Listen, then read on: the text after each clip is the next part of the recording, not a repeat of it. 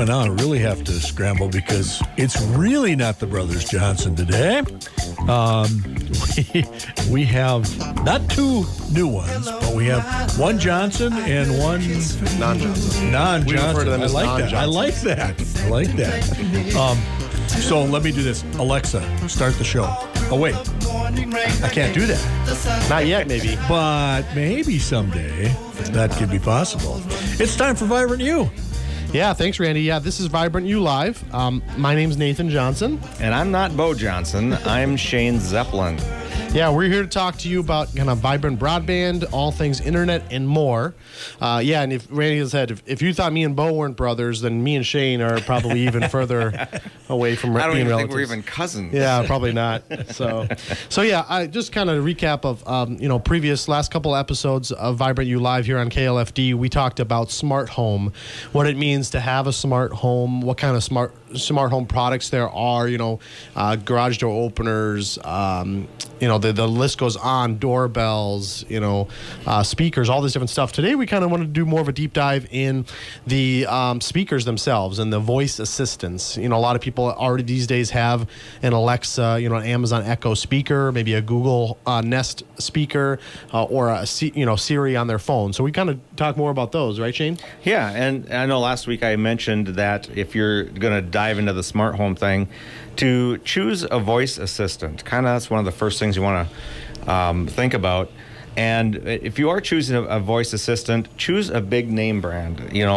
They're compatible with more devices. Yep. They're more trusted. They have better privacy policies and that kind of thing. And some of the most popular ones are the Amazon Alexa, as you just mentioned, Nathan.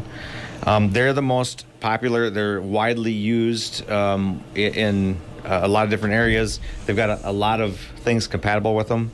Another one is Google Assistant. That's another one that's popular. And, of course, Amazon HomeKit, which has Siri built in. Apple HomeKit. Apple HomeKit. Yep. There's another one called Bixby. That one's kind of more of a Samsung one. I don't know a lot about that one, but that's another bigger name brand that you can look into. Yeah, typically the big ones you see are the Amazon, the Alexa, the Google, and the Apple. And if you're thinking about getting a product and you're interested in what it can do, smart home wise or otherwise, a lot of products these days will list right on the packaging, compatible with Alexa, or compatible with Google, or compatible with Apple. That's kind of what you want to look for when you're picking out what product is best for your home. Exactly. And these voice assistants basically come in forms of speakers. Amazon's is called the Echo. Google is a Nest. Nest Mini is a popular speaker. Yep. And the Apple HomePod, which actually the Amazon Echo and the HomePod look very similar. They're kind of a round, ball-looking speaker. So some of the things that you might want that you're wondering, what can you do with these things? Well, one of the first things people do is they ask it to play music. Oh, sure. Yeah, Alexa, and I suppose Alexa devices are going to go off right now. Yeah, they will. Alexa, play Christmas music, right? And so that's things that most people will do at first. Sure. I use it often this time of year.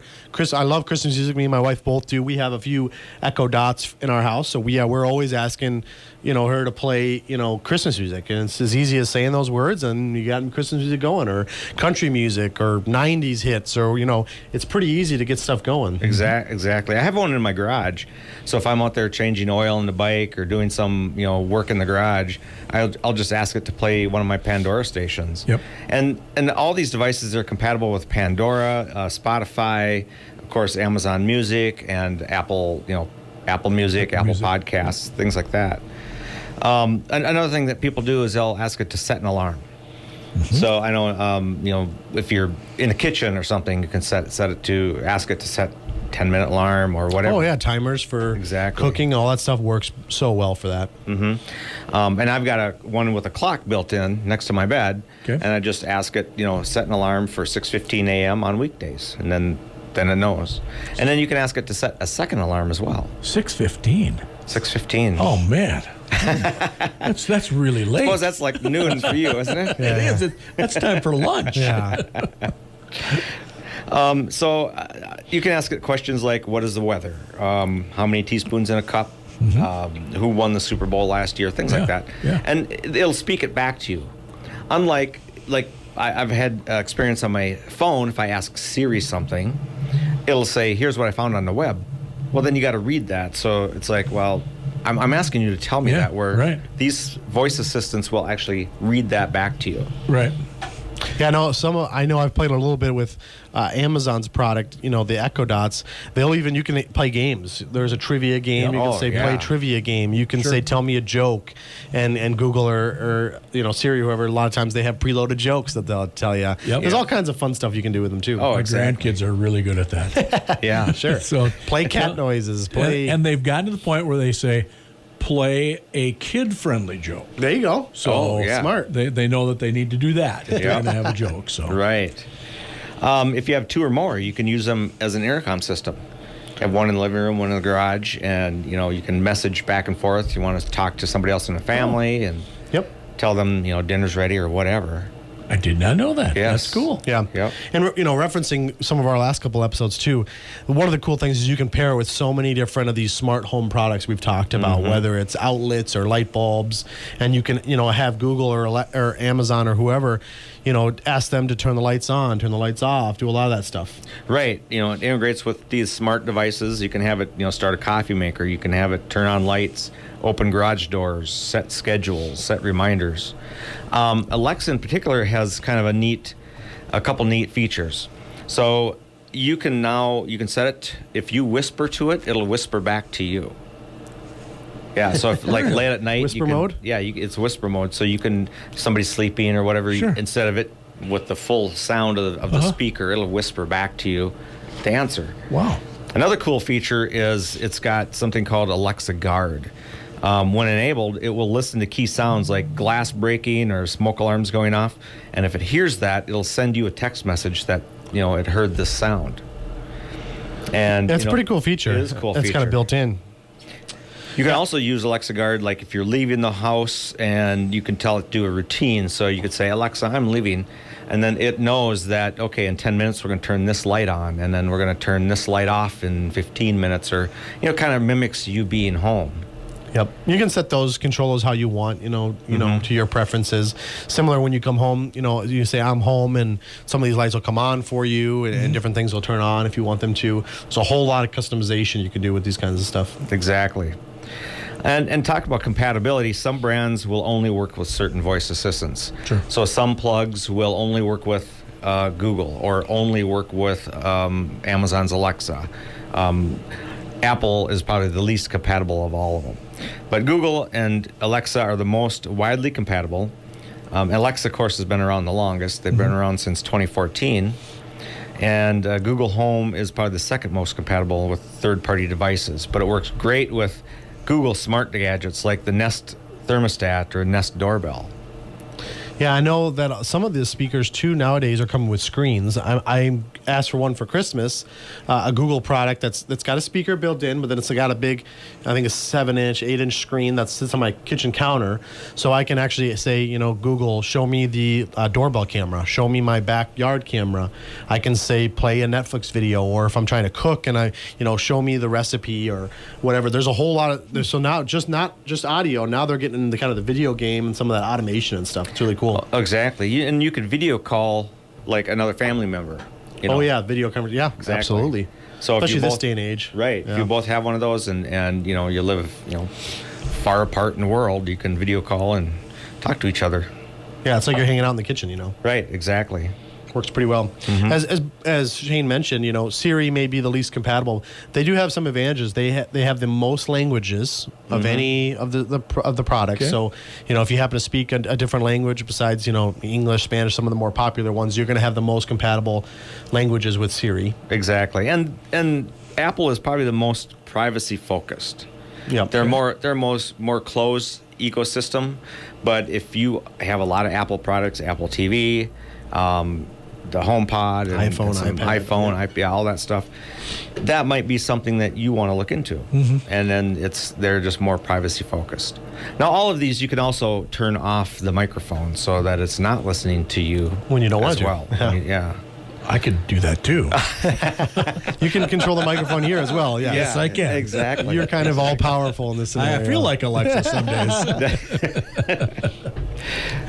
So, some voice assistants, though, will only understand limited commands. So there's going to have to be a certain word that you use for different things. Sure. Others are a little bit more open. I know that with Alexa, you can go and rename like a smart plug and rename it to something like the coffee plug. Yep. And then you can say, Alexa, please turn on the coffee plug. And then there it goes. Yeah. And you'll see more and more products that come with these speakers, systems built in. I know newer cars oftentimes will have advertises saying, Alexa built in or Google built in.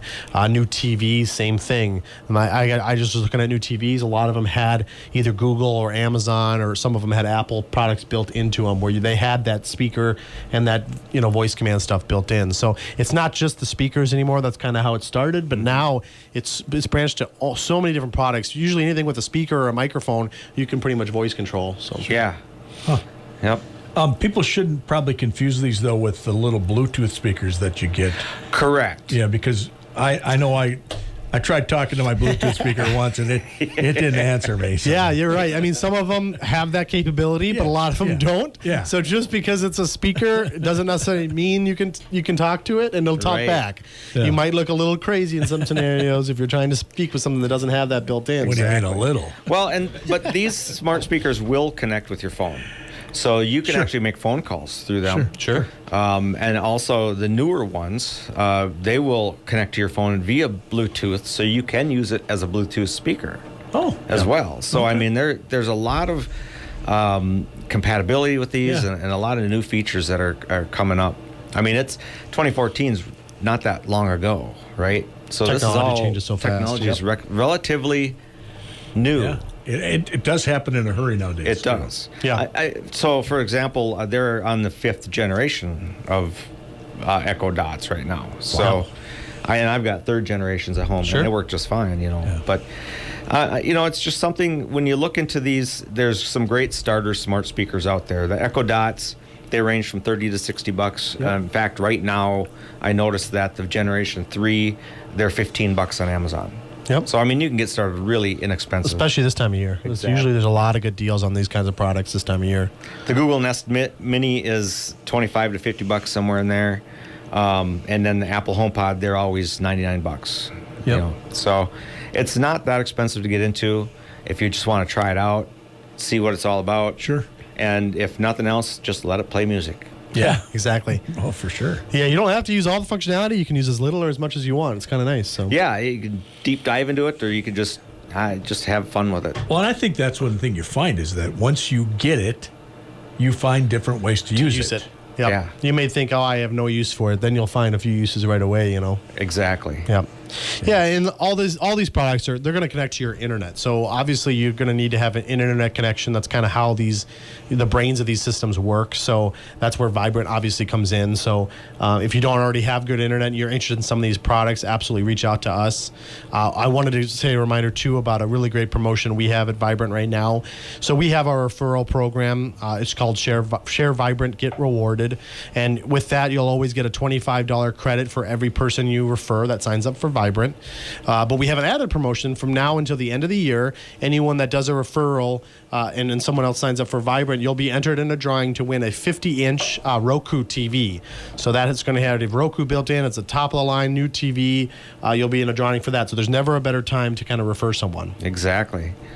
And I also just wanted to mention, if you have an idea of a topic, you're interested in something internet-based that you have questions about or you want us to talk about here, something you're interested in, always you can email us topic ideas or questions. If we've addressed a topic that you had follow-up questions on, absolutely reach out to us. Our email is vibrantulive@meeker.coop. That's Vibrant, the letter U, LIVE at meeker.coop,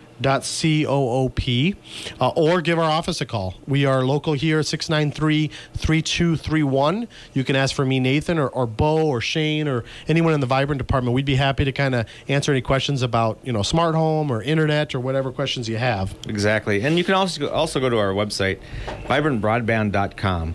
We have information about streaming, and we are adding smart home devices and that kind of thing to the website all the time. And follow us on Facebook. Search for Vibrant Broadband. Yeah, if you if you didn't catch all of today's, episode radio show here or previous ones, or you liked today's topic and you wanted to share it with somebody, we do always post these on our Facebook page the day after on that Vibrant Broadband Facebook page. But of course, always catch us live, KLFD, every Wednesday at 10:30. We'll be, sharing different topics, different tips. So I'd like to thank Randy for having us and KLFD, and you, the listener, for listening. My name is Nathan Johnson. And I'm Shane Zeppelin. And we are definitely not brothers. But yeah, tune in next Wednesday at 10:30 for another Vibrant U Live.